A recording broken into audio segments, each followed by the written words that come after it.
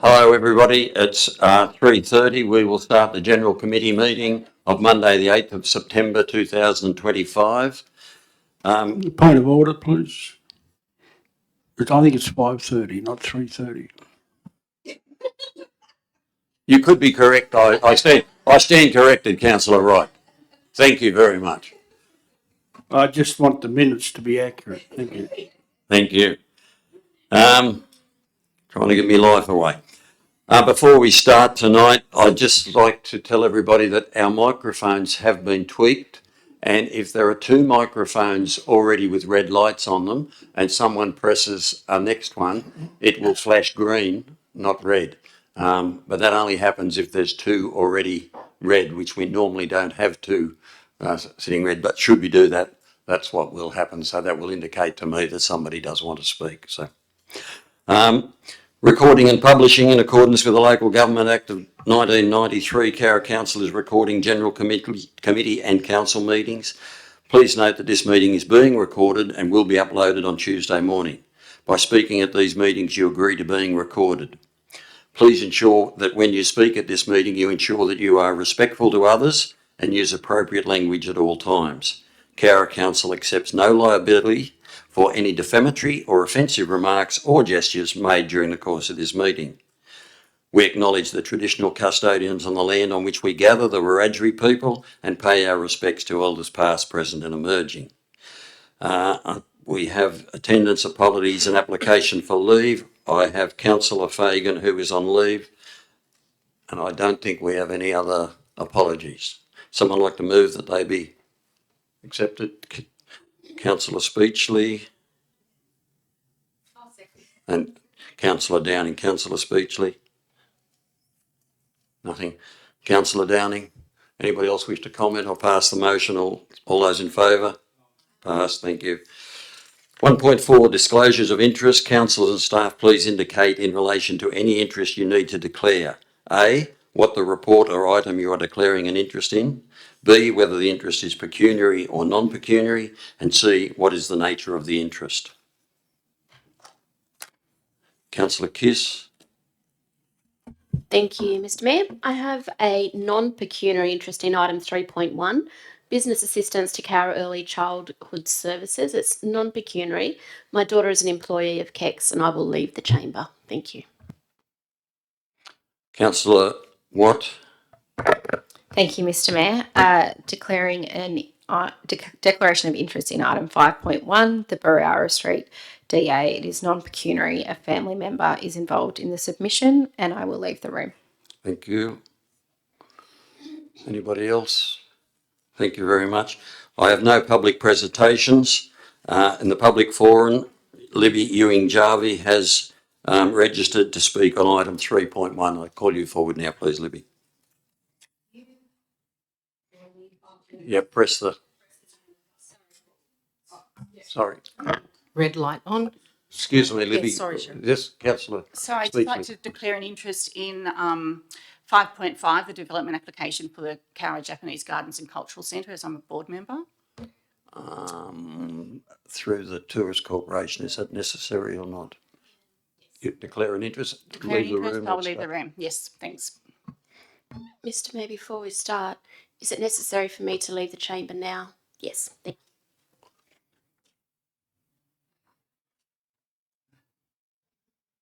Okay.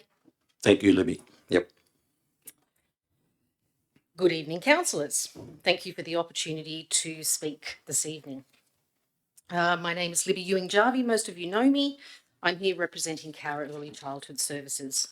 I'd like to thank Penny Smith and Brooke Smith, who are here as well, as our current director, and 2IC and Ed leader at the mobile preschool service, which is the successful precursor to our bricks and mortar preschool.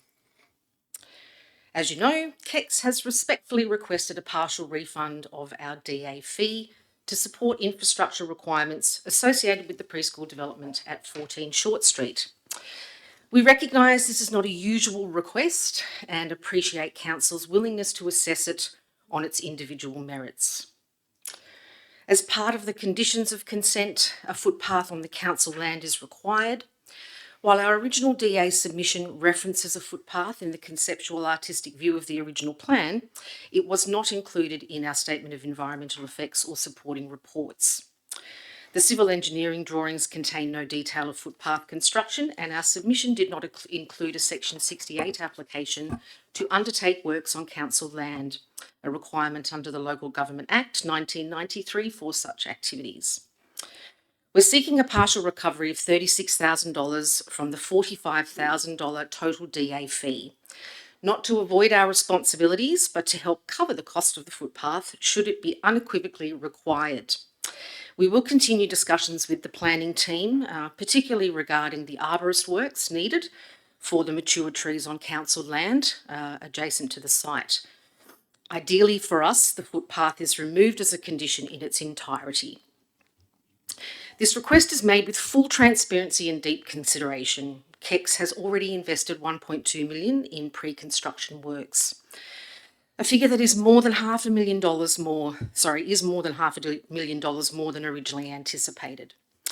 Time lags between grant application and notification meant our budget documentation expired, forcing us to restart the DA design and preparation process.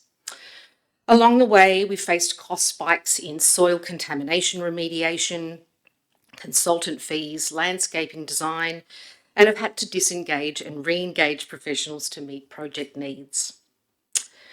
KEX Investment Fund, carefully built over time under the stewardship of our Treasurer, Peter Launders, he's also our President, is now exhausted. We've got no contingency, no funding left to furnish the building, no budget for playground equipment for the children who will attend. With our $1.2 million contribution now fully committed, we're moving into the construction phase, drawing down on the $3.7 million grant from the Department of Education. This will cover bricks and mortar, landscaping, and car parking. Beyond that, we must raise an additional $200,000 for furniture and play equipment. That's why we're reaching out to Council. Not just to recover costs, but to ensure this preschool becomes a fully functioning welcoming space for Cowra families. We're also actively fundraising through raffles, events, and community outreach. For perspective, Council is forecasting a $4 million surplus this financial year, approximately 8% of its $50 million overall budget. In contrast, KEX surplus is forecast to be just 1.8%. We operate on an extremely low margin and every dollar counts. I understand there may be some concern around staffing challenges for the new preschool.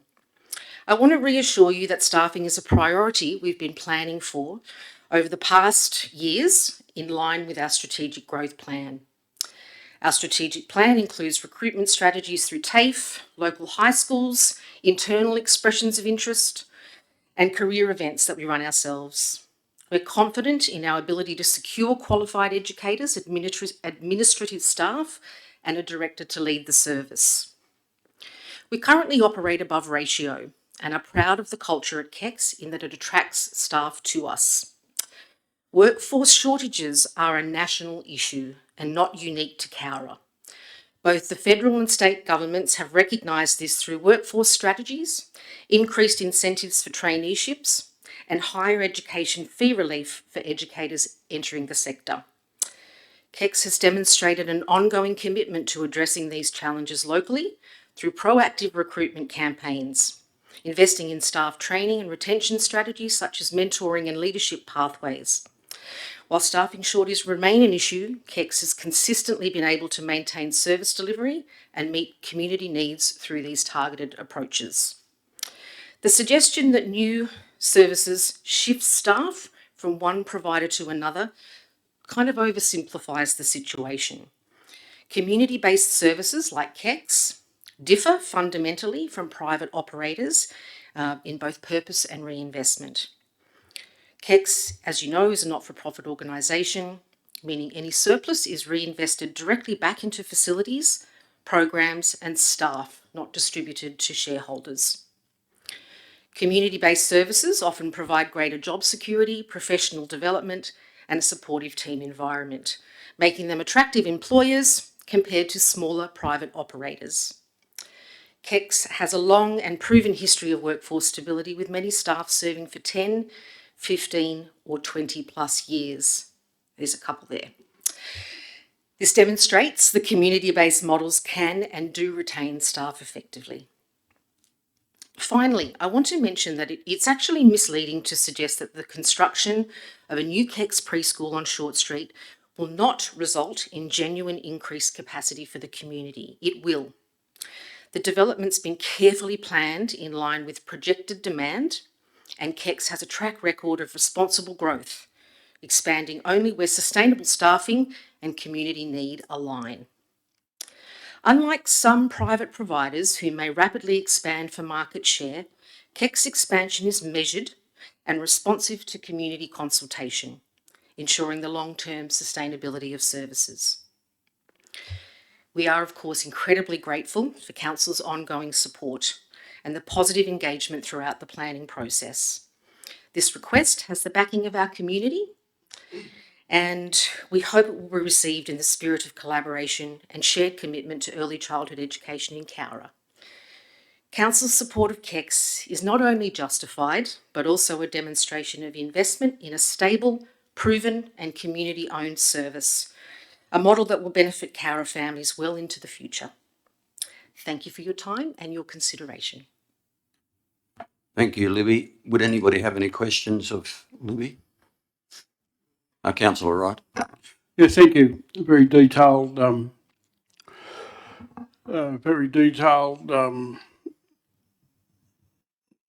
program of what you've got planned there.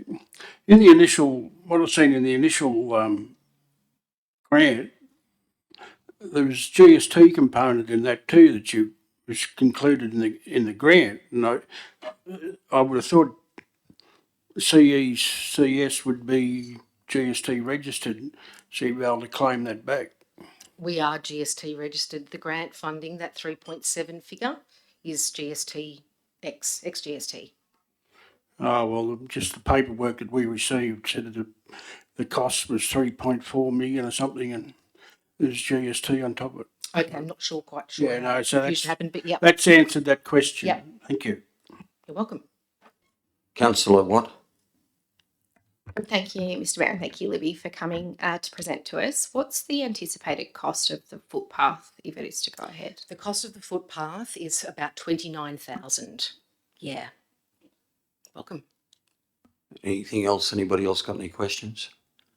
Okay, thank you very much, Libby. Thank you, Ms. Smith. You're Thank free you. to stay and watch the outcome of the council meetings if you wish. Will do. I'll just turn. Can we get, we do need Councillor Kiss back in, please.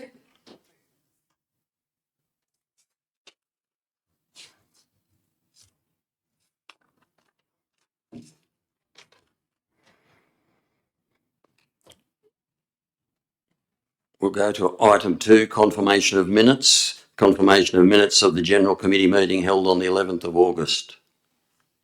Councillor Kiss. Councillor Horton, thank you. Councillor Kiss. Not necessary, thank you. Councillor Horton. Anybody else like to comment? Right a reply, Councillor Kiss. I'll put the motion. All those in favour? Thank you. Passed. 3.1, business assistance to Cowra Early Childhood Services. Together with 3.1, there is a late report in the pink folder, and that report will be considered within 3.1. There is no recommendation in that late report. Councillor Watt. Second to Councillor Downing. Councillor Watt. Thank you, Mr. Mayor. Firstly, I'd like to start by thanking all the community members and organisations that have taken the time to make a submission. We often have plans on exhibition where we get no response, and it's always really heartening to see people taking the time to look at what's being considered, and really useful for us to get that feedback on where the community is feeling. And thank you as well to Cowra Early Childhood Services, particularly our representatives from Mobile Daycare, for coming tonight. It makes it really helpful for us to hear the background rather than just what's on paper, and to be able to ask you questions of what we're looking at tonight, particularly with something with such a significant cost. As we all know, Cowra Early Childhood Services, or KEX, is a community-based not-for-profit organisation, a registered charity that has been a recognised leader in early childhood education and care within our region for a very long time. As Libby articulated, they have received $3.7 million for capital works for a new 60-place preschool, as well as being granted the management of 14 Short Street by Crown land. This is a monumental achievement by KEX and one that is sorely needed by our community. I wouldn't know the value of the Short Street land, but I imagine it is quite substantial, and it will be very rare that we get grant funding of that amount for our community, and it's one that we really need to take seriously and think as a council about how we can support it. When receiving the grant, General Manager Libby Ewing-Jarvie estimated that even with this increase of 60 positions, there would still be another 170 preschool-aged children not attending preschool in Cowra, with their centre in 2024 having 80 children on the waitlist. We've identified as council that access to childcare and making Cowra a family-friendly area is a high priority for council, adding that in to our 2036 strategic plan only a few months ago. And today we're given an opportunity to put our money where our mouth is. We've had many discussions around this chamber about the slightly complicated way that this motion is put forward. What was asked for us by KEX was to reimburse the DA fees or a portion of the DA fees, something we regularly do for not-for-profits and charities and community groups. We've recently reimbursed the Gun Club for their new development, and we've recently reimbursed Woodstock Progress Association for their development of camping provisions. Unfortunately, due to the timing, this is unable to be done in a pure reimbursement of the DA funds without significant additional costs. And what was proposed by Councillor Fagan was that instead we fund this out of the Business Assistance Reserve. Importantly, this is a reserve, which means it's money that we as council put aside for when there's significant enabling community assets to be funded. We similarly have a reserve for this building and our other council buildings for if something breaks, if something needs to be repaired, that we've got that money on hand and aren't thrown to the side. While it is certainly not insignificant money in our budget, it isn't money that is currently allocated to other spending. We ourselves as council have experienced the challenges that KEX have put forward around substantially increasing construction prices beyond what was previously seen. Council itself had to allocate $100,000 from our sports reserve to finalise the netball court project, something that hasn't regularly happened before to that scale, and I think is a real example when perhaps some people might say that, the budget has expanded by quite a substantial amount, potentially questioning how that happened, when I think that's a challenge when we ourselves have seen it in the way that we've executed grants. We know that grants are taking longer to be executed. We know the ability to predict construction prices is changing, and we also know the huge impost of adhering to a government grant, and that's something that we as council are very experienced at, and I understand, and as KEX, you would have taken on quite a bit of work to be able to meet those objectives and continue to meet those objectives, and it's a substantial cost to do so. One of the submissions received flagged an issue of being able to get staff, and I'll just add briefly to what Libby's mentioned here, which is really useful about the KEX culture. As a parent whose child goes to KEX, I often describe the challenges I had in telling my friends that my son got into KEX, because the daggers that would come at me of pure jealousy that their children didn't get into KEX was so hard. It's well known in the community as being a fantastic service in so many parts because of the culture, because they are able to keep staff for so long, which is the complete opposite to the industry. The reason for such low staffing in early childhood education is predominantly because of the low pay and the difficult conditions that are faced. It's very rare to go to a centre where there isn't rapid turnover and where you have educators who've been there for up to 20 years.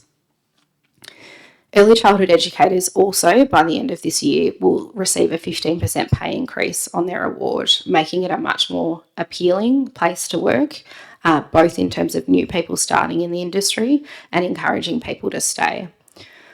I was one of many tens of thousands who worked on this for over 20 years because it is such an important place to work and people deserve to be paid well. And we know that's happening at KEGS, and it's a really important position for us as council to support our centres that support their people.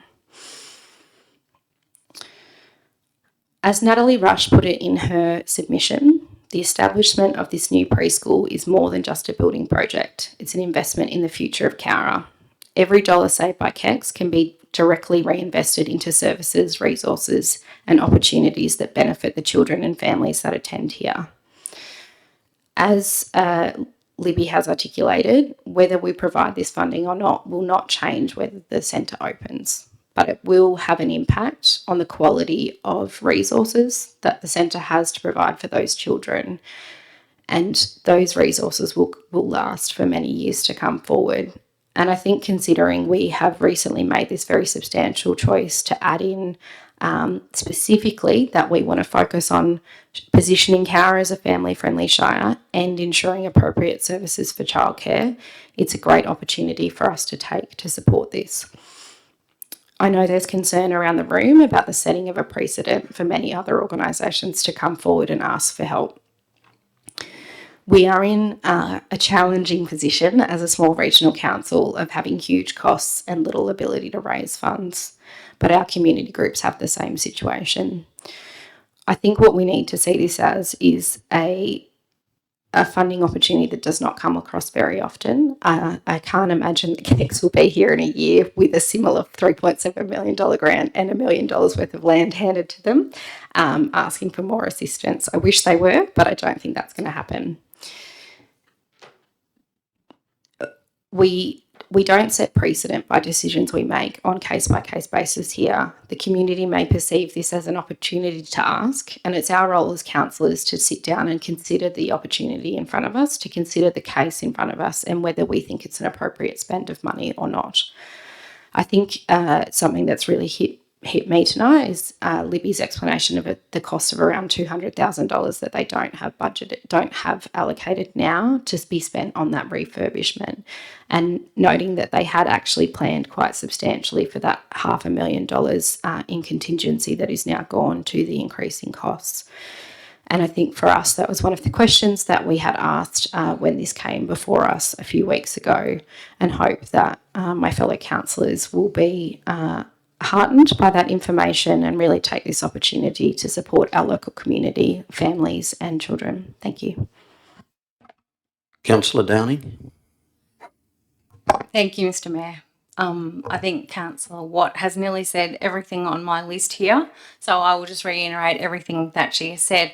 I just think this is an incredible development for progress for our town, and I am more than happy to be a councillor who supports this in this fashion. There aren't many ways that council can support these things, and this is one way that we have found to be collaborative with KEGS in their new project. Studies have shown that rural towns need services like KEGS to boost economy. Parents are able to return back to work. I've been in this chamber before and explained that being my daughter-in-law is the mother of 3 children. One is 4, one is 2. They don't go to KEGS, so they might have been the jealous ones. But so that my accountant daughter-in-law could go back to work, we had to spread the babysitting around the whole family because there were no places in town. And if my daughter-in-law does not go back to work and she does not become a partner in her accountancy firm, then my son doesn't build a gym and employ 10 more people in this town. So that is how places in childcare can 100% affect the rural economy of a town. So there's no, I too had there's no precedent set in this chamber. And if we're worrying about staffing, we didn't say to the government, we don't want you 110 million for a hospital because we don't know if you're going to have a nurse or a doctor there. That's not what happens. Council doesn't actually know who's going to staff our building, and that's our responsibility, or the general manager's responsibility to do that. We should have no question about whether KEX is going to get staff. That is their role, and they, from what I can see, do it really, really well. So I don't think that's our business. And I too think that each decision that I make here is what is in front of me. And it's worrying that we are now going into, but what if someone else comes, or what if something else happens and we've set this precedent? We aren't setting a precedent. These people have asked us, they've put in the work, they have applied for the grant, they have done the hard yards, they've come, they've asked council for this money. And when this went out to public exhibition, the majority of people in this room voted yes for this. That's why it went out to the public and was notified to the public. And the majority of the people that came back with a submission were positive. So that will also be why I'll be voting for this. Would anybody else like to comment? Councillor Horton?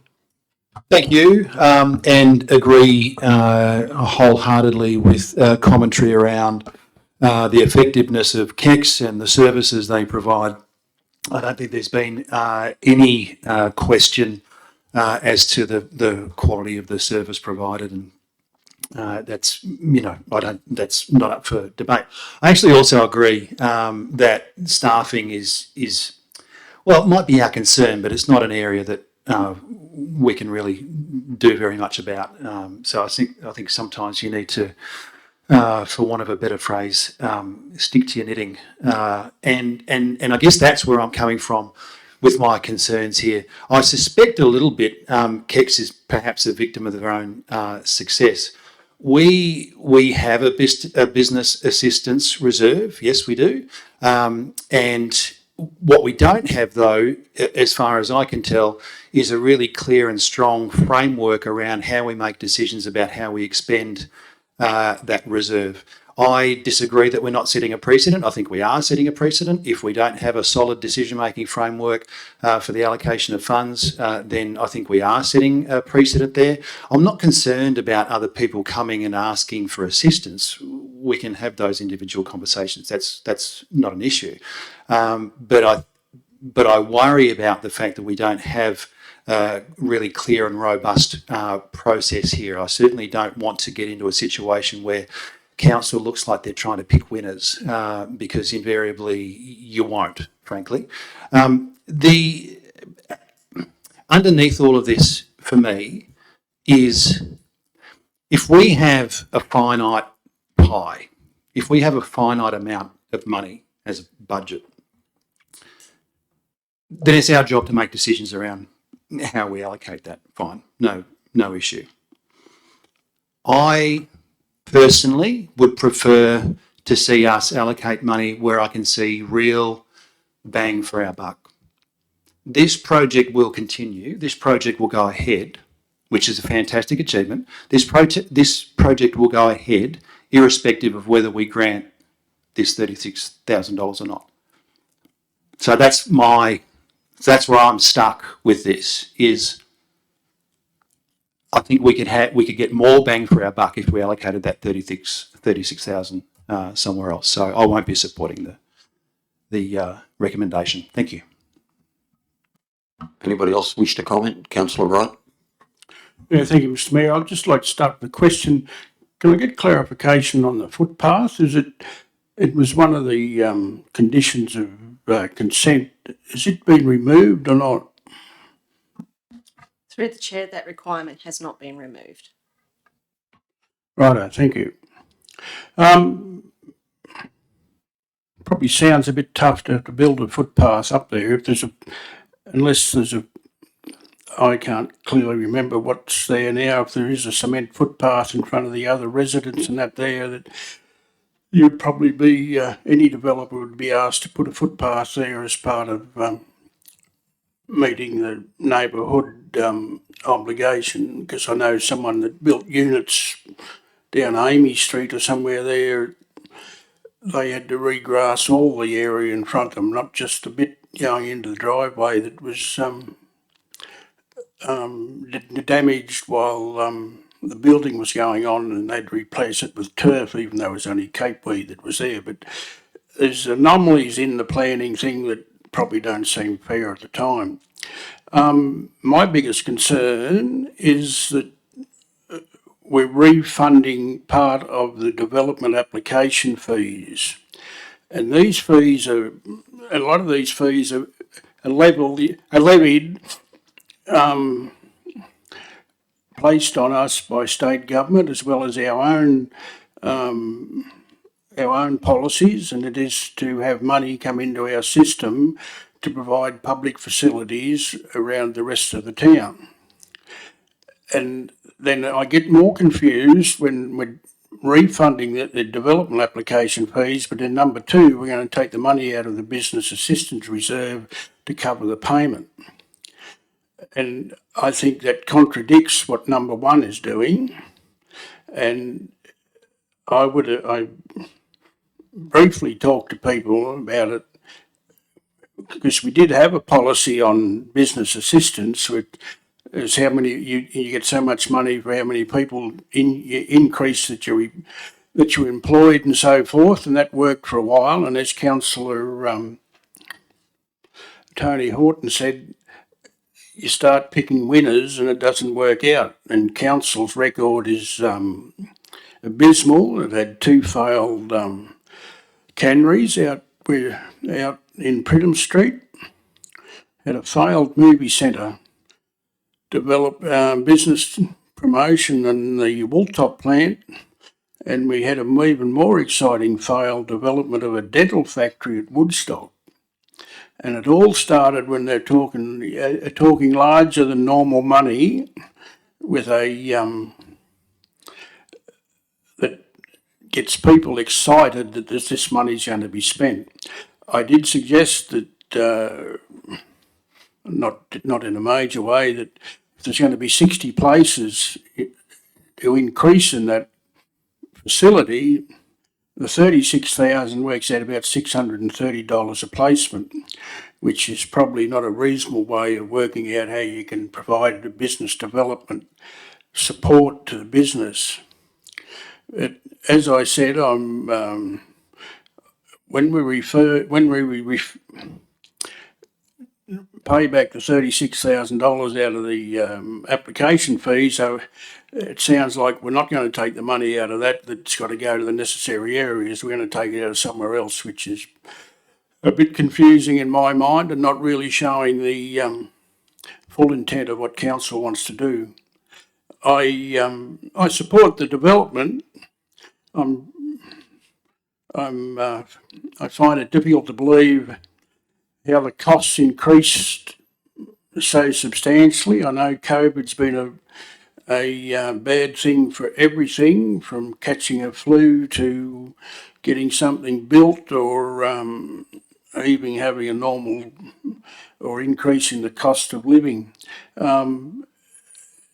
But these costs do go up. There is some talk that the government took 8 months to make the decision, so you couldn't lock in prices. It was mentioned there today that the DA had to be relodged because it had lapsed. So I don't know if that was right or not. But if it does, these things happen, and it's all blown out of the proportion. But you mentioned the clean up of the site. I thought it was supposed to be handed over to you by the Crown Lands as a clean site, and therefore your project manager or your advisor, when you were told you had to clean it up more, should have hounded the Crown Land people to pay that cost, or the electricity people, because you took it over in good faith that there'd be no more remedial work needed doing on that premises, and it was always going to be a hazard there with what used to be happen with the electricity industry and the pole treatments and so forth. And I feel sad that that's happened. It was mentioned by Councillor Downing how people need babysitters so they can go back and work and so forth. And this has been a federal government policy of everyone needs to work. and they lock everyone into these double family incomes, then high net worth expenses and so forth. I don't think that, I'm not necessarily saying that you've got to have one person at home look after the children, but they then say that we need to have all these childcare areas. But this is a bit different than a childcare area because it's a preschool, which is getting them ready for the formal school. But what the community and so forth's got to go through to get those services provided is another obstacle in the development of a town. And I think this is just a culmination of government policy that hasn't been thought out properly. I agree that the preschool part is necessary. I had the pleasure of going to the preschool in Bow Street in 1961. It was a 2-room fibro building, probably full of asbestos. Some people might say that it didn't come through real well, but it was a start. Then we had an education system where you spent 2 years in kindergarten. You didn't go straight into kindergarten. Then year one, you sort of had a preschool year, first year kindergarten. So the whole system's changed and put more pressure on the provision of these services. So I've said a lot, and you probably think what this fella's on about.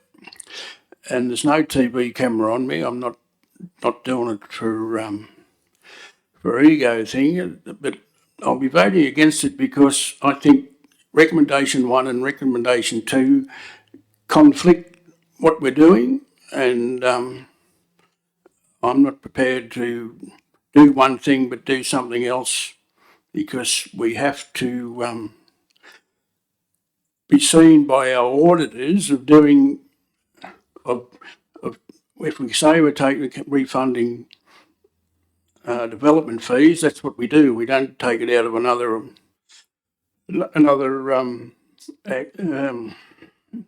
line item to help balance the books. I was interested when the director or the CEO mentioned that we plan on a $4 million profit, and it's 1.8% or some percentage is what this 36,000 is going to be, and but that $4 million profit or whatever is on the 30th of June 2026, and that will include a FAG payment, the Federal Assistance Grant payment for the future financial year that comes in early. So it gives us a boost in income, but it's not for that year. And it also will include any money unspent from our program that's carried over into the next year. And so it looks good that you've got a profit, but when you do look into it, the profit's not near as exciting as what it sounds at the time. But we all need to use statistics to make it feel good, and I appreciate that your committee's been able to put that money together as a safety thing for this reinvestment. It's a very big effort. And it's not just your committee that's done it, the people that's gone there have helped you do it. And my wife was on the committee there for quite a while, and so we know what's involved. But I can't support you at this time under the way it's written, but I wish you all the best. Thank you. Would anyone else like to comment? Councillor Speechley. Thank you. And thank you, Libby and the team for coming in today. I will own it. I am the one who was concerned about setting precedent, and I still do have concerns around that. So I have a couple of questions, which if you'll humour me, maybe I can get some clarity on. And this is in response to Councillor Wright's mention around the DA fee refund, and now we're using the business assistance reserve for the money. The funds that would normally be reimbursed in a situation like this, where would they come from? They would just come out of general revenue. Okay. And so what is the, I guess the proposal was brought to bring it out of the business assistant reserve by Councillor Fagan. But is there a reason why we couldn't have done it out of general reserve? This is more favourable for the council, or? No, there'd be no reason why you couldn't. Okay.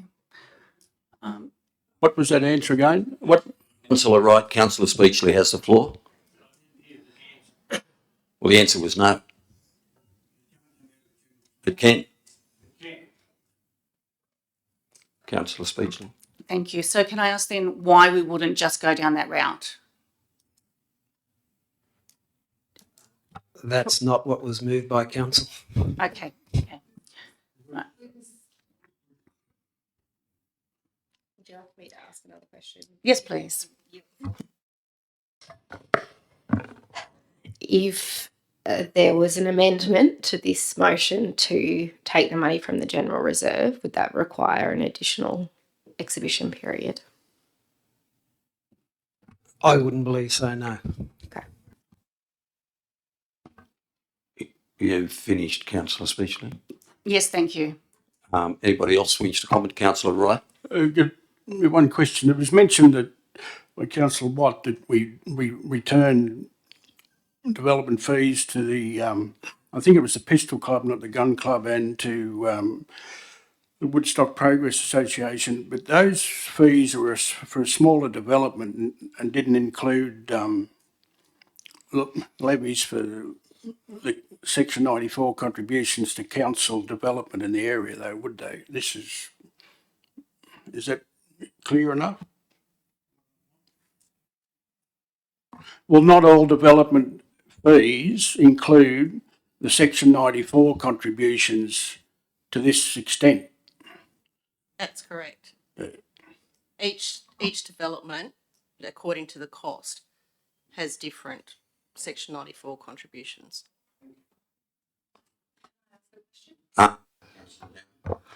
So I thought when Councillor Fagan moved this to come out of the Business Development Fund that part of the reason was that there would be more money in that fund than the General Reserve. If it came out of the General Reserve, would there still be the amount of 36,000 or would there be less? I'm not quite sure I understand the question. Not out of a general reserve, just out of general revenue. So the business assistance reserve is sitting there and with no allocation over the 10 years of our financial plan. So my understanding was that Councillor Fagan thought we could make a more substantial contribution to this development by investigating that we could take it out of the business development reserve. I'm loath to answer for Councillor Fagan, Yeah, right. and Okay. probably maybe should not make the comment.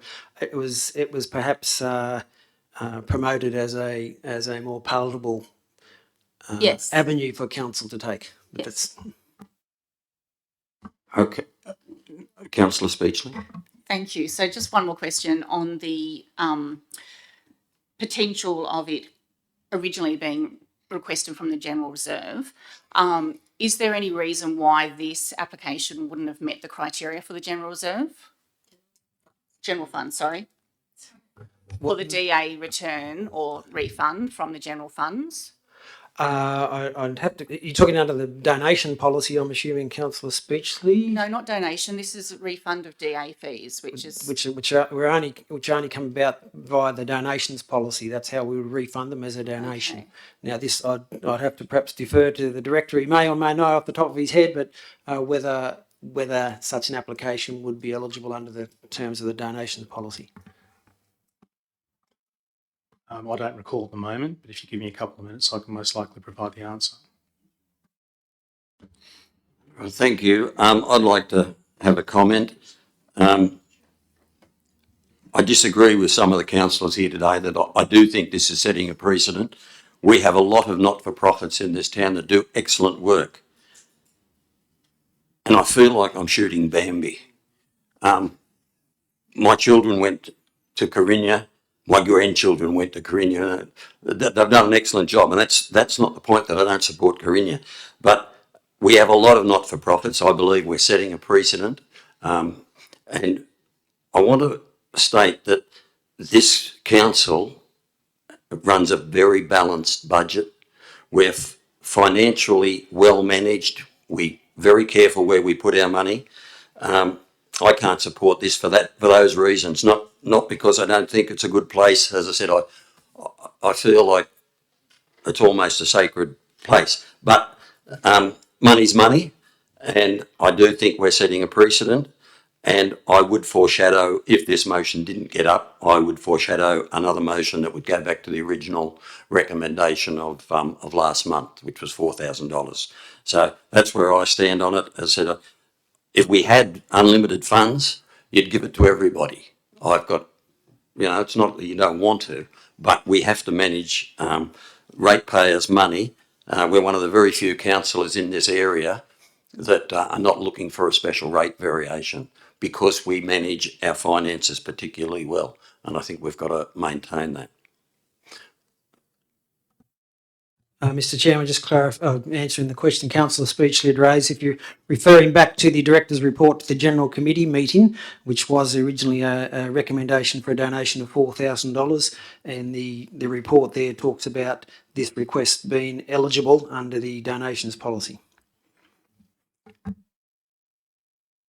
Councillor Watt? Thank you, Mayor Smith. I've got a few questions. If I can, through the chair, to the Director of Environmental Services, if this were to be refunded directly as from Section 94A contributions, additional paperwork would need to be undertaken, is my understanding, and there's a cost attributed to that. Could you fill us in about that? That I would have to take on notice. Right. I was told it would cost $7,000 for them to apply for that change. Not that I'm aware of it. That would be dependent on, the only thing I can think that you're talking about is an application to modify the consent. Right. So I think the original request was a return of DA fees, but we were told that wasn't possible. Is there a reason why? There's not an application fee to refund Right. DA fees. Okay. Why are we not doing it as a straight DA fee return then? No, we're not. Under donations, wouldn't it? Because that's not the decision that was taken at the July Council No, I meeting. understand that, but we were proposed an alternative because, well, I was told that we weren't able to provide a direct return of development fees because of the stage that the development had gotten to. Is that incorrect? I certainly didn't provide that advice, so I can't answer that question. Was that other people's understanding? Or was that just mine? No? Right, no. No, That's what Councillor Fagan had told me when she proposed. yeah, point of order. We got to keep Councillor Fagan's views out of this meeting. Yes, we do. Yeah. It's hearsay and we're not here to defend herself or whatever it is. Thank you for that, Councillor Wright. I appreciate that, bringing us back into line.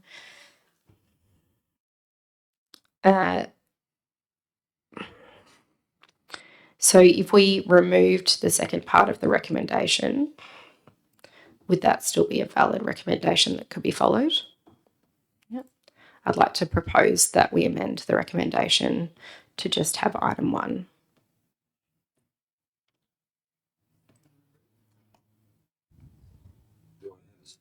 Do I have a seconder for that? And the seconder, do you, Councillor Downing, you were the seconder of the motion. Do you agree with that?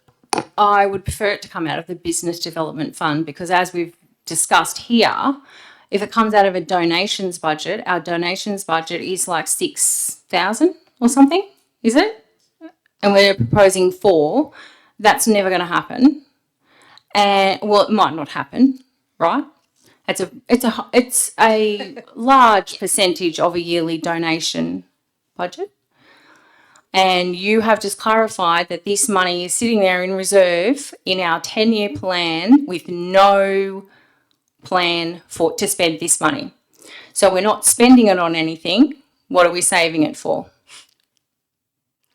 What do you think? Point of order. There's been lots of points of order where Councillor right, has had plenty of time to talk, so I'd like to ask the question. I believe you're entitled to ask the question. Yeah. Whether we can answer it or not, we'll have to see. Well, that's But my question is- certainly I believe, and you'll get the opportunity to ask the question, which you have. Yeah, without interruption will be good, thank you. So that's what I'm saying is there's no, when you're talking about you're saving money, we're very fiscally responsible, we all want that to be the way we go forward. No, there's no doubt about that. But this is money in the budget that is sitting there and it's not earmarked for anything. So why can't we spend it?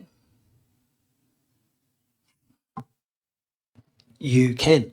And as I said, it's not earmarked for anything. There have been discussions you would recall around the potential for it to stay there in the business chamber reforms and perhaps to assist them with their initiatives, but that's never been a decision of council. It's only been a discussion of council around when putting together the 10-year plan, but there is nothing identified in the 10-year plan for that $50,000.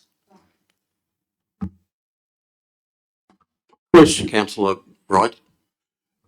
Just because an item's in a line there for 10-year plan that's not identified where it's going to spend doesn't mean it can be allocated at a whim, because these business development, isn't it that these business development things are unknown to the people until the person comes along that may qualify for it? So then it would be spent. Thank you. Now, Councillor Watt, would you like to ask a question? That was a question. I was asking for an answer. I thought it was a statement. No, I was asking a question. Just because it's not identified in the 10-year plan when it's going to be spent doesn't mean that something unexpected comes up for it to be spent at. Again, that's a statement, not a question.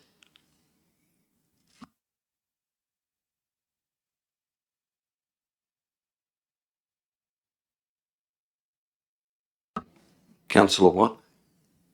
Thank you, Mr. Mayor. Apologies for another question. I think we're all a little bit confused. We've talked about a number of options for how to fund this tonight, and I'd just like to get some clarity around what sits under the donations policy funding and what doesn't. So the options, as I understand it, are fund through the Business Assistance Reserve, which doesn't sit under the donations budget allocation, it sits under the reserve. A reimbursement through the Environmental Services budget of section 94A going directly back.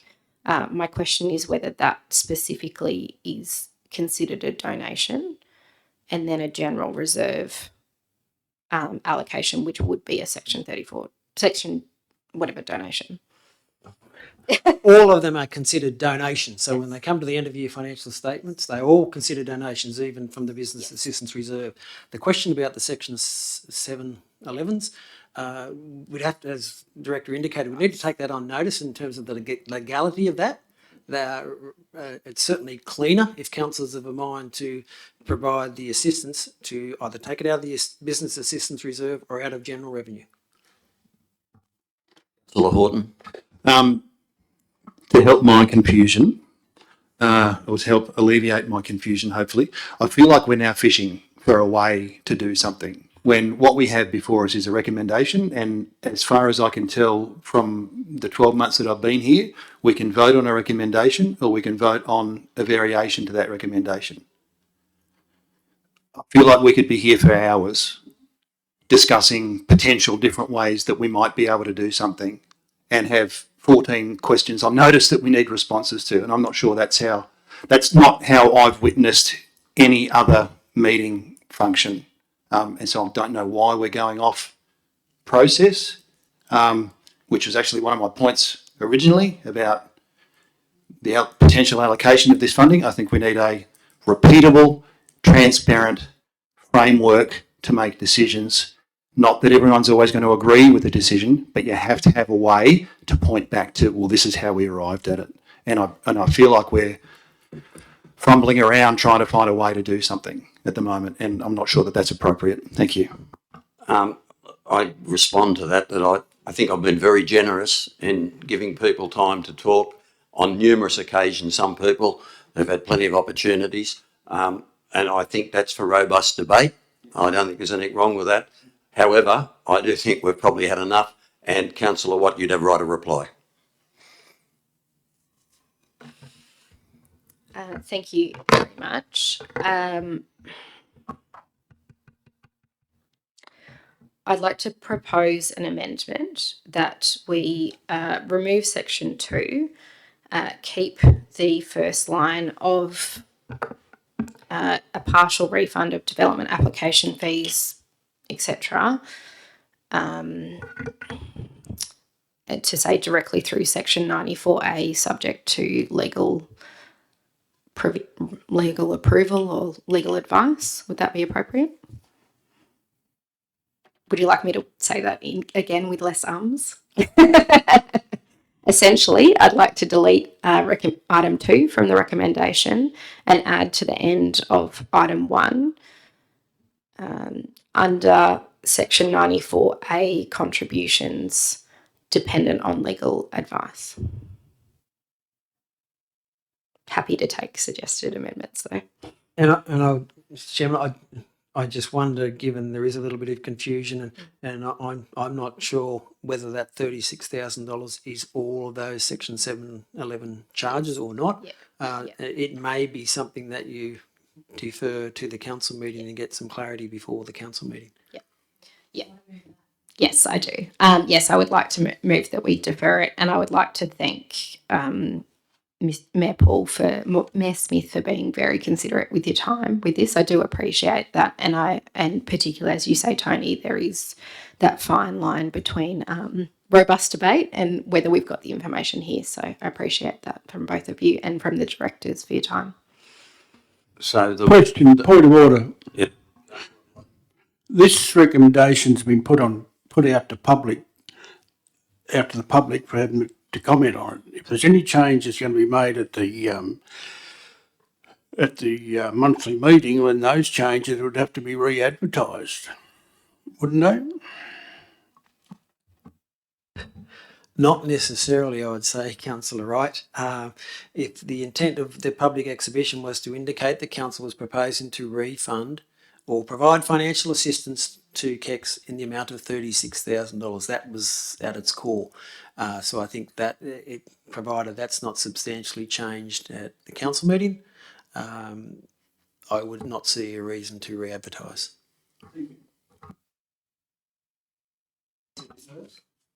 So, yes, thank you, Councillor. So should we say Councillor perhaps Downing. I propose to defer the motion to be discussed following a briefing to councillors about the options of funding this proposal through Section 94A contributions or other areas, environmental services, through the donations policy and through the business assistance reserve, as well as advice on our requirements to re-advertise if a alternate motion is proposed. Did that make sense? You're happy to second that, Councillor Downing?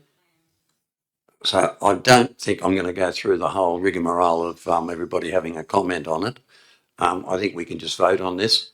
All those in favour of deferring the motion and for more information to the council meeting at the end of the month, which it would have to be ratified in the normal course of events anyway. So that's the motion and seconded. So all those in favour? Aye. Those against? 2. Okay. So the motion is that we'll get more information and it will come back to the monthly meeting on the 29th or thereabouts. 28th. Okay, thank you. All right, we grab.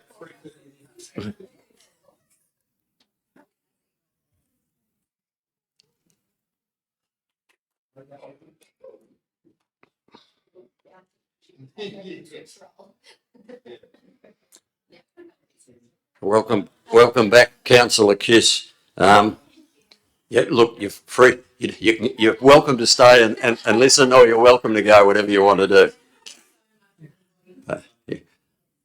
Okay, item 4.1, policy review, payment expenses and provision of facilities to the Mayor and councillors. Councillor Horton. and Councillor Kiss. Councillor Horton? Thanks, Mr. Mayor. This is internal and administrative, and much as people watching these meetings would love to hear us talk about whether or not the Mayor needs to keep a logbook every time he drives anywhere, I think we can keep it fairly short and fairly sweet. We've discussed this. I don't think anyone's raised any particular concerns. I think we just need to adopt it. Thank you. Councillor Kiss?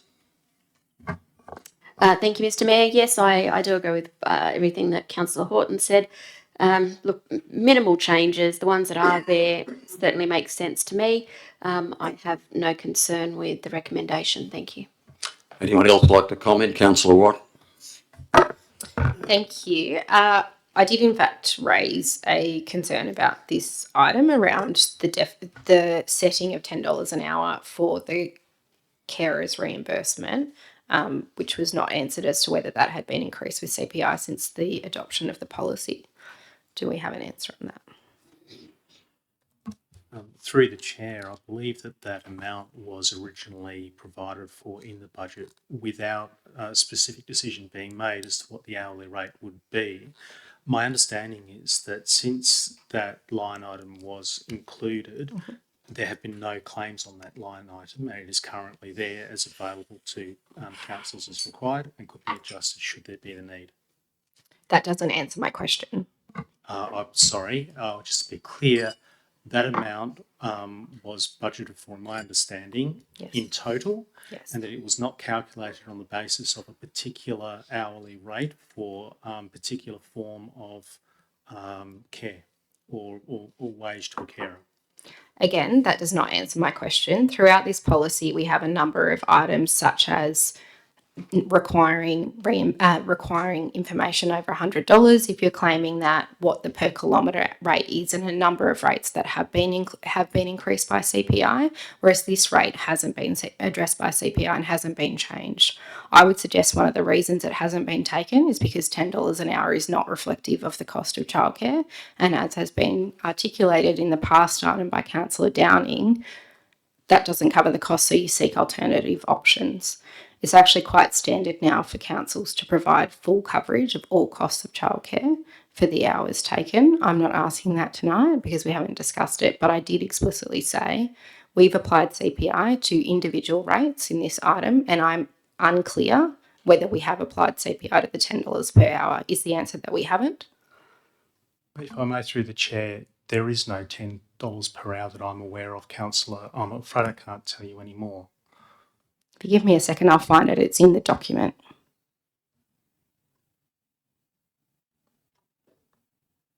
Happy for others to talk while I find it.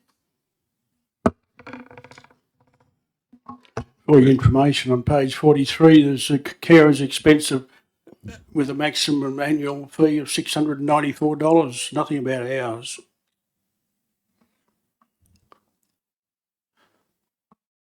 Would anyone, while Councillor Watt is trying to search for that, anybody else got any comments?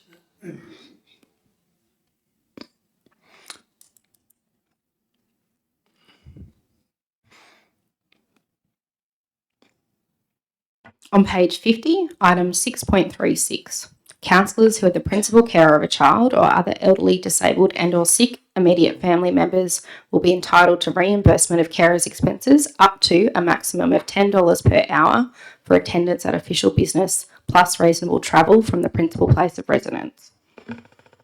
Thank you, Councillor. I'm not aware of there being any indexation applied to that amount. Could I propose that we defer this item until the question's answered? Personally, I'd be happy to defer it for a couple of years, so I don't have to fill in the logbook. Again, this has to be ratified at the council meeting in a fortnight's time. Why don't we leave it till then? I did ask the question a month ago and I didn't get a response, so. It's regrettable, but it is the fact, so we have to deal with it. I understand that. So can we defer it until the council meeting in a fortnight? Well, that will just be a recommendation of council that it comes up as the option. So it implies that we are accepting it tonight as is.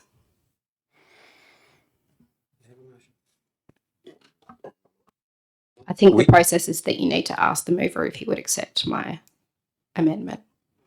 Well, I think you would have to move an amendment that we index the $10 per hour. If you want to move that, we can deal with it tonight. Well, I don't know at what point it was put in place or when it stopped being indexed, as other items have been indexed. So it's hard to determine. If you'd like, I can propose that council changes 6.36 to say they cover all expenses claimed up to the 694 allocated. But I think other councillors will probably like to have information provided about how we've budgeted this. Well, as we have a line item there, and if it doesn't exceed that, I can't see why that would be reasonable. Just take out the whole $10 per hour. Okay, I'm happy to propose that. Would the mover and the seconder accept that, or would I need to move that as my own motion? So we're removing the reference to the $10 per hour. Is that what we're suggesting? As I understand it, Because there's a line Director, item for the 694. What was it, 694? Is that right?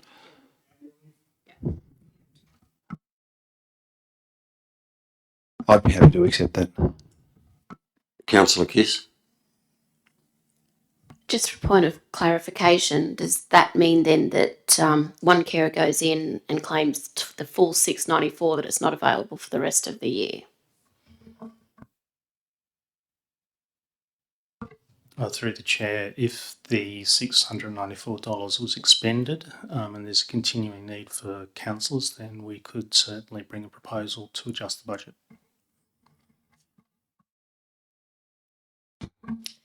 Sorry, just thank you for that.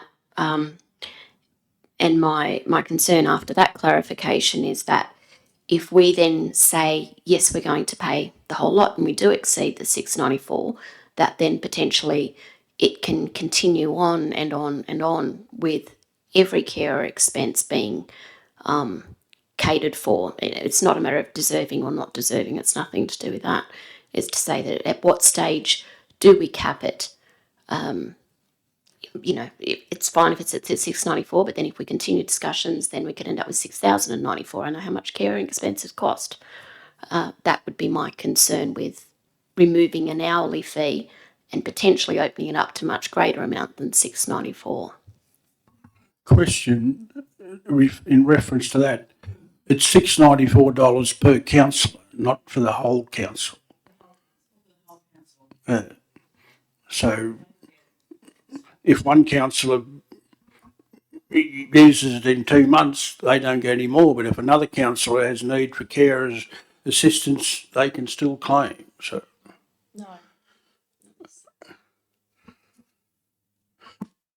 is that what meant by maximum aggregate amount for all councillors?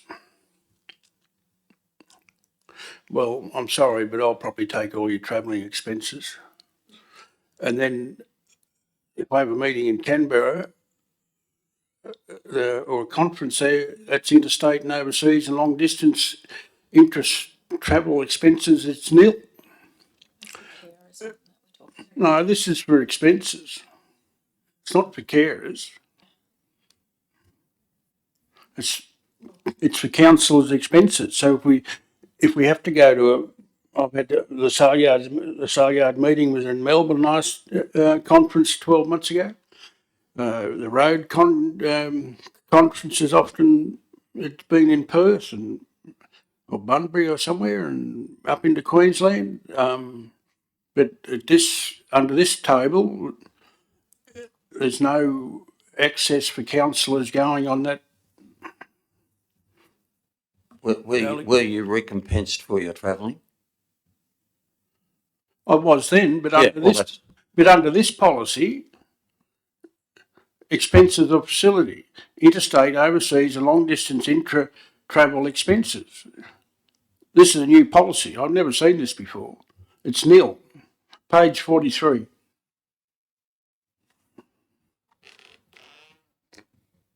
I think, does that mean that there isn't a maximum amount rather than that it means that there is no amount?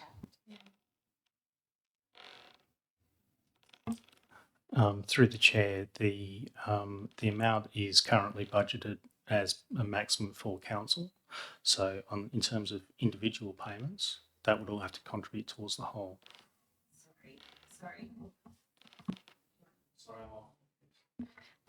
what Councillor Wright, tell me if I'm wrong, but I think if I could say what Councillor Wright is asking, the second line in that table on page 43 of our papers says interstate, overseas and long distance travel expenses, and then it says the maximum aggregate is nil.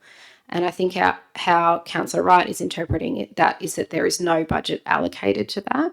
But would I be correct in assuming that means that we haven't set a maximum amount for that budget line? Does that make sense, Councillor Wright? That's how I read it. Is that correct?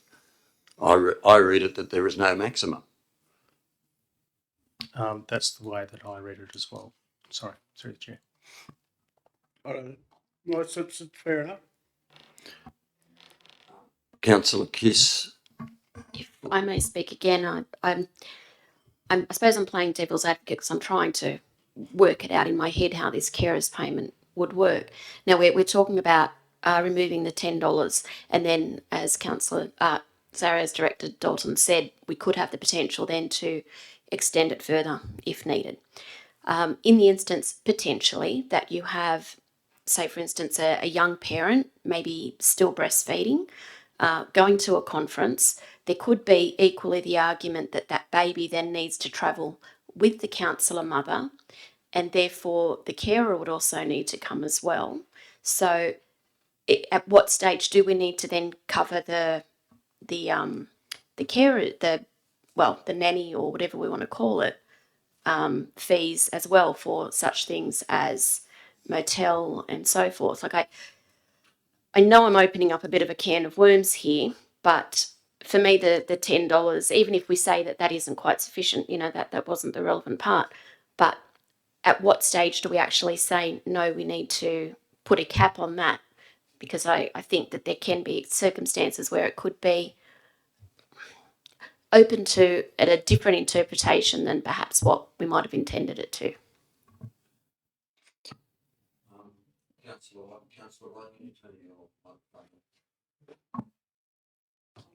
Thank you. I'm not sure if I think I haven't spoken yet, so hopefully this can count as my speaking. Apologies for breaking it. Technically, the first was a question. I'm being a little bit cheeky in putting this forward, but it is something I've raised a number of times in this chamber, that the way the carers system is put forward doesn't actually support it, in that it doesn't genuinely cover the costs. I personally have made financial and personal decisions to fund care for myself during this time. And in part, that's because it is actually really difficult, because we don't know how long this meeting's going for. We generally don't know when and where we're required to go to things. We get short periods of notice to go to things. We're preparing, we're reading papers at all times. And it's, I think as fellow parents in the room, it's really hard to be a counsellor and a parent. And I'm very lucky that I have a very supportive network and family around me. But I would like other counsellors to be able to decide to run and be able to have their family and not have to take on that significant cost, because many aren't as lucky as I am.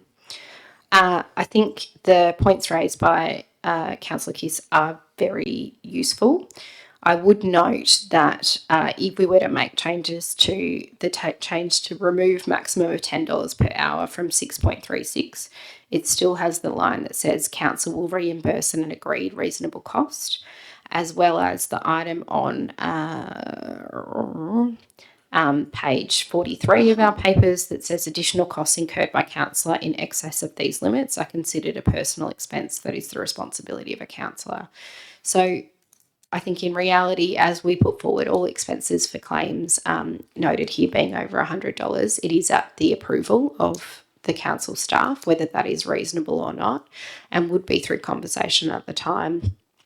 We have gone over some of these budgets, specifically the training budget in the first year after the election of the 2021 council, which council approved because we had a number of new councillors coming on and of course needed higher training requirements. It's a decision that we make regularly as council as to whether we think the costs increase is in line with our budget, but it's something that comes to us every time. And so I think it gets into that same conversation of precedent, right, of there is absolutely no reason if $694 was spent. A proposal came forward to add another $694 that this council would have to say yes or no. It's completely in that position of council. And I don't think we'd ever get to a position where it was proposed to add $20,000 onto it without genuine conversation through this council. What it really sits here, and I think, I think we've got a long way to go compared to other councils. Other parents on council that I speak to do have the situation where full costs are reimbursed. Some councils have a set of around $7,000 per councillor. Obviously, it's unlikely that every councillor is a parent, so you generally don't then get that amount claimed. But as we know, it is quite expensive to have care in place. But the reason I'm really pushing this is, the $10 has not changed in line with other items in this agenda. And perhaps when this was put together maybe 20 years ago, $10 was a reasonable cash amount to give you your babysitter. Probably back when I was babysitting, you wouldn't get much more than that. But that's not really the situation that we're in now and the flexibility of what we're in now. And the purpose of this policy is to encourage all types of people. And it's not, importantly, the carer's expense is not just for parents, it's also for people who care for elderly people, who care for children with more abilities, and a number of caring requirements throughout the community. And we want those people around this table. Mr. Chairman, could I suggest that you may want to defer this one as well? There's been a number of items that require clarification and further consideration, I think, and perhaps have more of a discussion next Monday. Councillor Horton. I was going to say the same thing. Happy to.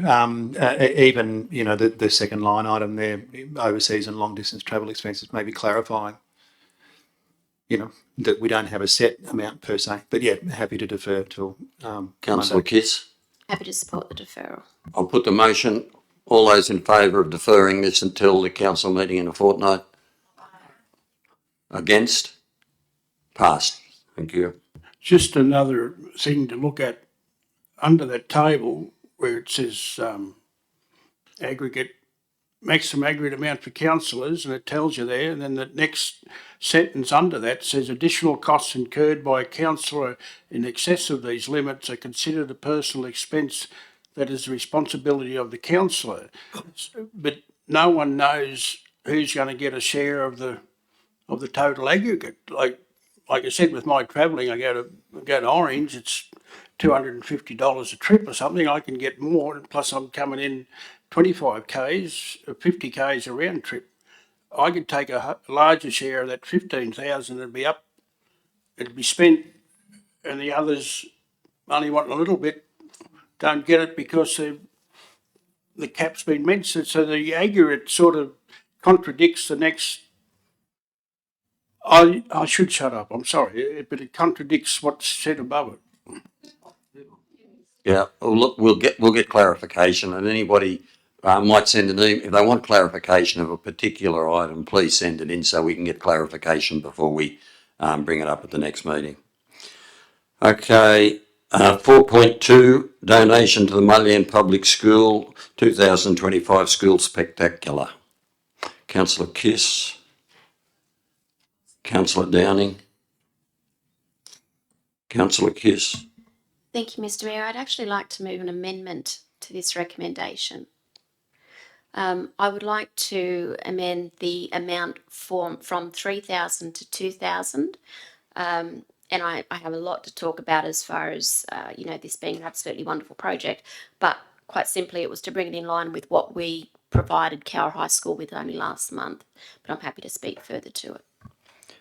Mr. Chairman, could I just say I think Councillor Kiss is not moving an amendment, you're moving a recommendation with $2,000 instead of $3,000. So whether that's what Councillor Downing second or not. Are you seconding that? Yes.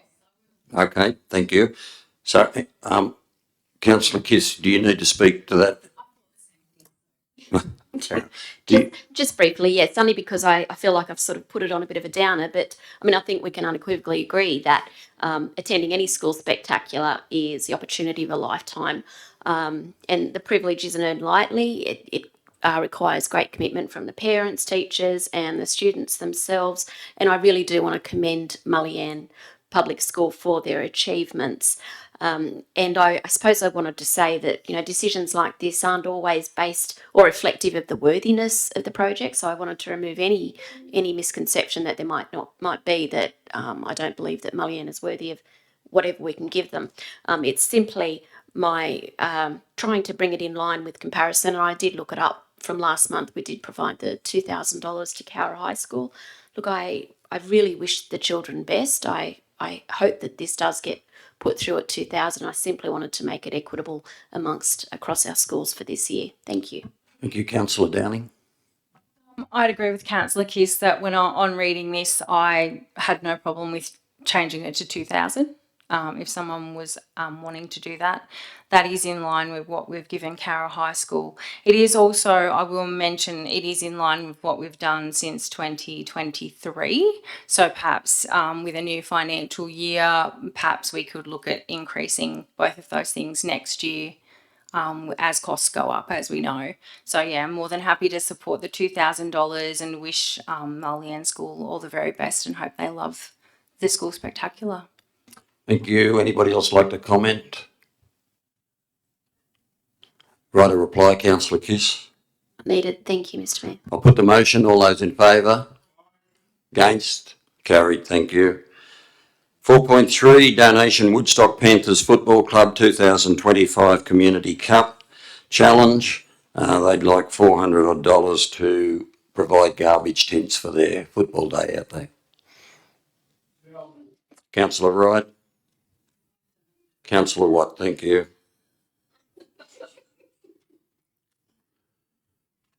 I think this is, it meets all the standards that require of a donation, and they're out there having a go, and they're only using the money, the fees being waived to help clean up after the event, and as long as they put all the rubbish in the bins that we got to pick up, I think it's well worth the effort. Thank you. Thank you, Councillor Watt. Thank you, Mr. Mayor. While I disagree that all council does is rates, roads and rubbish, we do enjoy giving a bin reimbursement. This is something we often do for community events, particularly places like Woodstock where there isn't a regular bin service. So go the Panthers, happy to support. Would anyone else like to comment? Councillor Downing? Depends where I'm looking at any particular time. Thank you, Mr. Mayor. I was just looking about what had happened last year because I didn't really know much about the Community Cup that Woodstock Panthers are playing in, and it's got Carcore in it and Rockley as well. So it's actually really good. I'm hoping that I'm right, that Woodstock hosted a game last year, so it'll be great for them to host, and I am more than happy to help them out with their bins. Thank you. Anybody else wish to comment? Councillor Kiss. Thank you, Mr. Mayor. I just wanted to note I was a bit excited when I saw that this is the first time they've actually asked for assistance from our organisation. So, yeah, it was extra exciting. Yep, good on them. Anybody else wish to comment? Right, a reply, Councillor Wright. I support, everyone else has supported it. I think it's the only way to go. Thank you. I'll put the motion. All those in favour? Against? Carried. Thank you. 4.4, investments and financial report. Councillor Kiss. Councillor Watt. Thank you, Councillor Kiss. Thank you, Mr. Mayor. Look, this is just our regular monthly investment and financial report for the month of August. Looking at the percentage of our rates collection, it's not quite as good comparatively as where it was this time last year, but it's certainly not too far off. I'd like to thank the ratepayers that are paying their rates promptly, and please speak to our friendly council staff if you're having any difficulties at all. And I've also noticed the number of loans. They used to take up nearly a full page, and I had to look again and thought, wow, that list is reducing. I didn't check the amount for comparison, but it's certainly good to see that we're not relying on as many loans, as much as I appreciate the need for them. But yeah, good to see. Thank you. Thank you, Councillor Watt. Thank you, Mr. Mayor. The council investments continue to be well managed, with our average interest rate performing well above the average market rate, and I think a greater distance between our average and the market average. So congratulations to the team for managing that. Rate collection is continuing well, on par with previous years, and as Councillor Kiss noted, we now have around $12 million in outstanding principal on our loans. Still unfortunate to see a few of them with 8%, but we'll work on that one. Thank you. Anybody else wish to comment? Councillor Kiss, right of reply. Not needed, thank you. Put the motion. All those in favour? Passed. Thank you very much. Right, item 5.1 DA number 10.2025.80.1, Lot 1 DP 111413, 19 Barawa Street, Cowra, shed and fencing lodged by JT Butler. The property owner is SM and JT Butler. Councillor Horton, thank you. Councillor Kiss, thank you very much. Councillor Horton. Thanks, Mr. Mayor. Yes, always enjoy the very important decisions we get to make as councillors, talking about people's sheds. No, this when I first read this, I thought, oh, that's not going to look any good, because it says about a nil street boundary setback, which to my uneducated mind meant that the fence and the shed was going to be right up on the road, which of course it isn't. It's quite a decent setback, the fence line. This is a corner block. It's a strange shaped block. And really all they're asking for is to have entrance into their shed at the boundary, which when you look at the property is not going to impinge on anyone. There's already a driveway cut into the curb anyway. And there's natural screening there from the neighbours with existing vegetation and what have you. So happy to support this one. And again, just to note, as we do, we put these out on public display, and there was no one that raised any concerns. Thank you. Thank you, Councillor Kiss. Thank you, Mr. Mayor, and Councillor Horton certainly spelled everything out. But yes, I have to admit, I first looked at it and thought, well, that's just not going to look right. But it's actually a very clever use of a corner block. You know, you wouldn't normally think to put a garage right up on the boundary line, but being that it would only be the side fence of a corner block, it actually presents well. You can see it on the other one. So, yeah, well done to the applicant. Anybody else wish to comment? Good Councillor question. Wright. Yeah. Question. Why is it written down as allow nil street boundary setback when quite obvious? I presume it's going to be where the existing fence is, and it's on the boundary. So, what's a nil street setback actually? How's it measured? Through the chair, it's measured from the actual property boundary. So where this is proposed is right on that boundary where the existing fence is, therefore it adopts a zero setback. Thank you. Councillor Downey. I just had a quick question. So we got some photos of the surrounding area like we always do, and there's one shed that's kind of right in the fence line as well, and there's another fence that is pictured. Do they all have DAs for those, or is that like Through the chair, I would have to take that on notice. I remember we did pass one not long ago that a shed was built right on the bottom end of Barawa Street. I thought we passed one 12 months ago. Anyway, the director will take that on notice and get back to us. Anybody else wish to comment? Right, a reply, Councillor Horton. No, not required. Thank you. Put the motion. All those in favour, it's a DA. Passed unanimously. Thank you very much. Can we get Councillor Watt back in?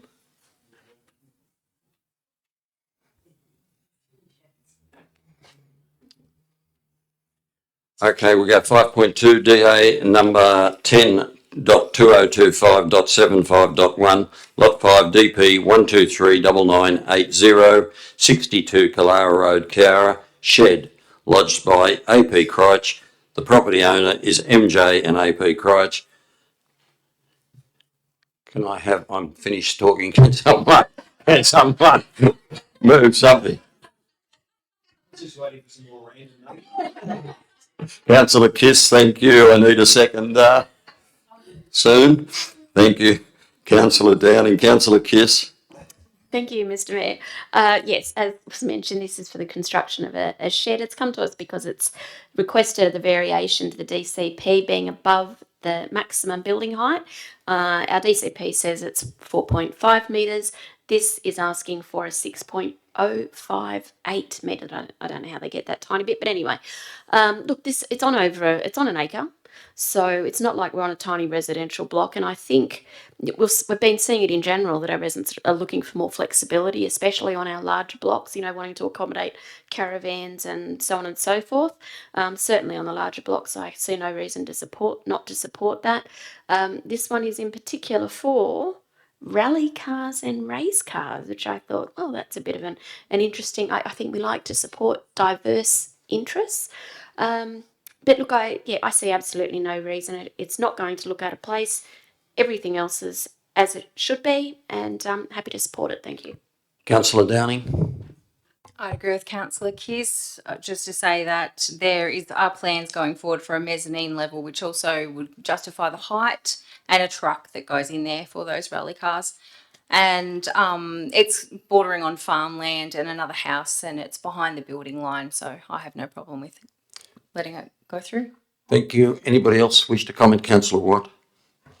Thank you, Mr. Mayor. Just very briefly to thank the Director for our conversation this afternoon. I had some concern in the map about how the resident would travel to the shed behind, and she's confirmed with me that there is a 5-metre gap on the right, but also that will be dealt with through the construction certificate. So with that information, I'm happy to support.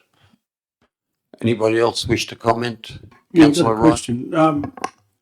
So the mezzanine level is part of the plans, is it? Because he said he's going to build it later on. So is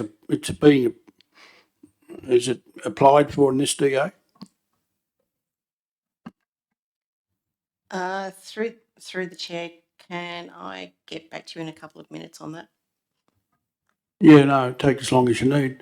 I'm not being rude there. No, also, he said it's not 2 blocks, is it? It's just 1 block, because he said, the house and the garage is on a 2,000 metre block, and the second block's on a paddock of 2,000 square metres, and that's where he's going to put the shed. But it's just an internal fence on an existing block, isn't it? It's not a separate block. As far as I'm aware, it's on one existing block. Anybody else wish to comment? Right, a reply, Councillor Kiss. Not needed. Thank you. I'll put the motion. All those in favour? Passed. Thank you very much. 5.3 DA number 10.2025.68.1 lot 14 DP 1099490 359 Allura Road, garage and retaining wall lodged by A. Millen. The property owner is A. Millen. Councillor Kiss, thank you. Councillor Horton. Councillor Kiss. Thank you, Mr. Mayor. I was ready for that one. Okay. Look, as it says, a garage and retaining wall on Allura Road. Once again, it's coming to us because of a variation in the DCP, with the height of the shed being a little higher than our DCP allows for, being 5.75 metres. I have no problem with this. Garage won't be highly visible due to the setback from the road itself. It's sufficiently distanced from nearby properties. It's on a slightly large block, so it's a half an acre. The retaining wall itself, it will be at its highest 1.2 metres. I don't see that as being a big issue at all. And really that's occurring so that there's minimal land disruption anyway, in as much as putting the shed up and allowing for traffic movement around that area. So thank you. Councillor Horton. Yeah, thank you. As Councillor Kiss mentioned, it's the position of it on the block. It's right at the back of the block, and it's a battle axe block to start with. So there's it's well covered and well hidden, if you like. The retaining wall partly is to help with the levelling of the area, so that it's a flat surface, but also obviously helps manage any potential water encroachment and all that kind of stuff. So it's fine, and as mentioned, it's only a 1.2 metre retaining wall, which is not really of any great significance. So happy to support this one, no problem. Thank you. Anybody else wish to comment? Councillor Wright. Yeah, just a question, under the description of the proposal on page 176, the retaining walls to level the flat out. It'll level it out to build on, but it says the height of the building is 5.75 metres from the natural ground level. So it's not from the level of the ground after it's been levelled out. It includes the 1.2 metres of the retaining wall, does it? Yes, that's correct. Anybody else wish to comment? Councillor Sorry, I Watt. didn't quite understand that. What are we saying? That it's actually 6.9 metres? No? No, That it's 4. Okay. You take the 1.2 Off. Yep. Yep. Anybody else comment? Right, a reply, Councillor Kiss. Thank you, Mr. Mayor. I think you just made a very good point there, Councillor. I was picturing it to be over and above, but if anything, it would more likely bring it back to within our DCP because it's down. So anyway, them's the breaks. Thank you. Thank you. I'll put the motion. All those in favour? Passed. Unanimous. Thank you. 5.4, planning proposal PP 2023.884.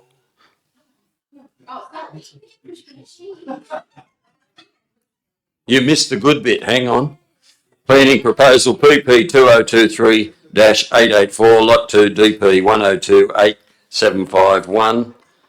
Lynch Street, Cowra, seeking to amend the Cowra LEP of 2012 by rezoning Lot 2, DP 1028751 from SP2 infrastructure to E3 productivity support, lodged by John Salas. And this is the same piece of ground that we've been dealing with for a long time, just between the road and the railway station. Yep. Councillor Kiss, thank you. Councillor Watt. Councillor Kiss. Thank you, thank you, Mr. Mayor. You basically said what I was going to say. It seems to keep coming around and around. This block's received serious consideration since 2023. The simple aim of it is to modify the zoning so that the land can actually be useful. Nutshell. Thank you. Councillor Watt. Anybody else wish to comment? Councillor Wright. Yeah, I've got a question. It's been ongoing longer into 2023, I think, around the 2000s or something. It had a DA for a motel there. It was knocked back because the trees had to be cut down or something, but it's a pity I can't remember what I did this morning. My question is, when it changes to E3 productivity support, and I looked at what E3 means you can do, I don't know if council can approve anything on it because it can't be in competition with anything that's already happening in town. I'm probably reading it wrong, but it's there in the report. If the battery's long enough to keep going right then, it's not supposed to. You shouldn't do anything to be in competition to an existing business in town. Have I read it wrong?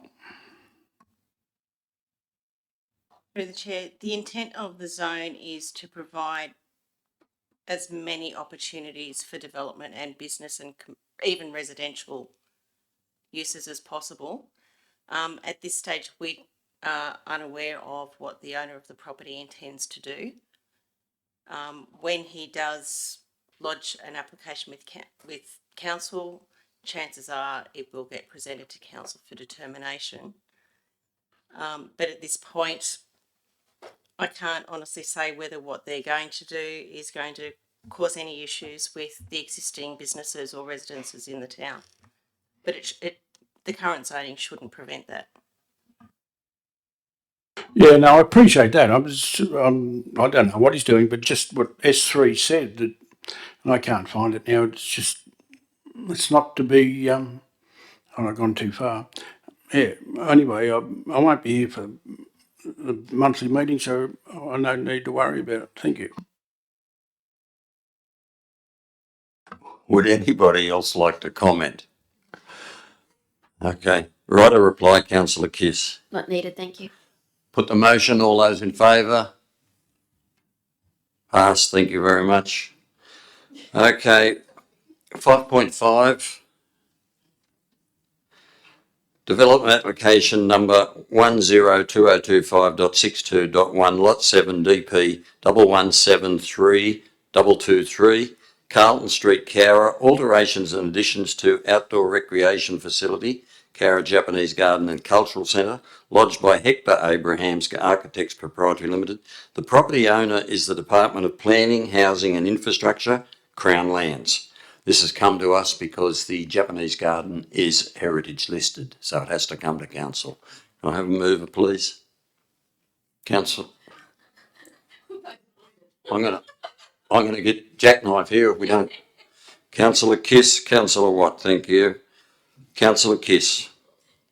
Thank you, Mr. Mayor. Look, this is it's actually quite exciting. It's a bit of history in the making. Our Japanese gardens is definitely local heritage for us. And look, I think anyone that's been through our Cowra Japanese gardens would and looked at it has thought, yes, there could be a few potential improvements, as far as accessibility and just its overall design. If you have a look, and I would encourage anyone to have a look at these designs, it's really quite an exciting improvement. It's looking to modify the existing reception and the shop, the office, just to, I suppose, make it certainly more accessible.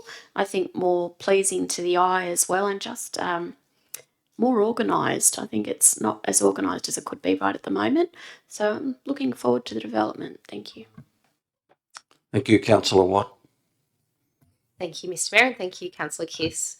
I would very much agree with Councillor Kiss that this is a really exciting development. We are extremely lucky to have been gifted this space in collaboration with the Japanese community and the Japanese government, and it's something we need to take obviously very carefully when we are making amendments to the space. And I think through this application you can see the significance of the due diligence to reference the items that are culturally significant and be very careful about what they are amending and what they aren't, but have taken it in a way to look at improving accessibility, which has always been a challenge at this site.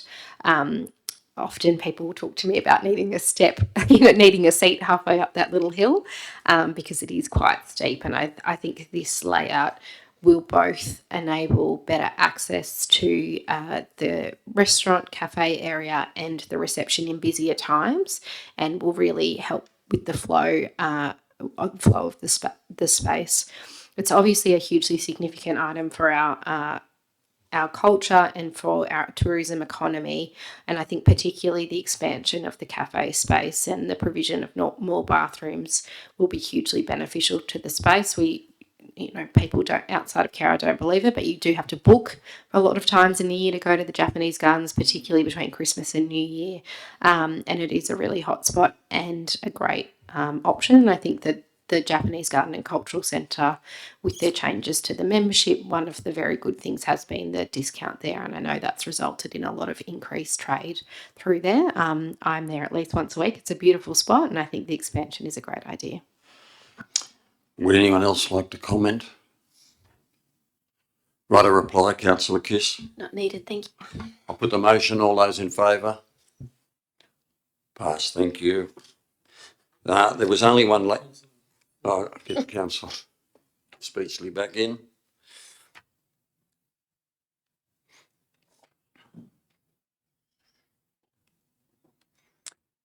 There was only one late report, and that was dealt with under 3.1. So there are no notices of motion. Confidential matters. The Director of Infrastructure and Operations, 9.1, Wangler Water Treatment Plant acquisition of land and easements. This matter is considered to be confidential under section 10A2C of the Local Government Act, and Council is satisfied that discussion of this matter in an open meeting would, on balance, be contrary to the public interest, as it deals with information that would, if disclosed, confer a commercial advantage on a person with whom Council is conducting or proposes to conduct business. Can I have a mover of that? Thank you, Councillor Downing and Councillor Wright. Councillor Downing? Councillor Wright? Right, a reply, Councillor Downing. I'll put the motion. All those in favour? Aye. Pass, thank you.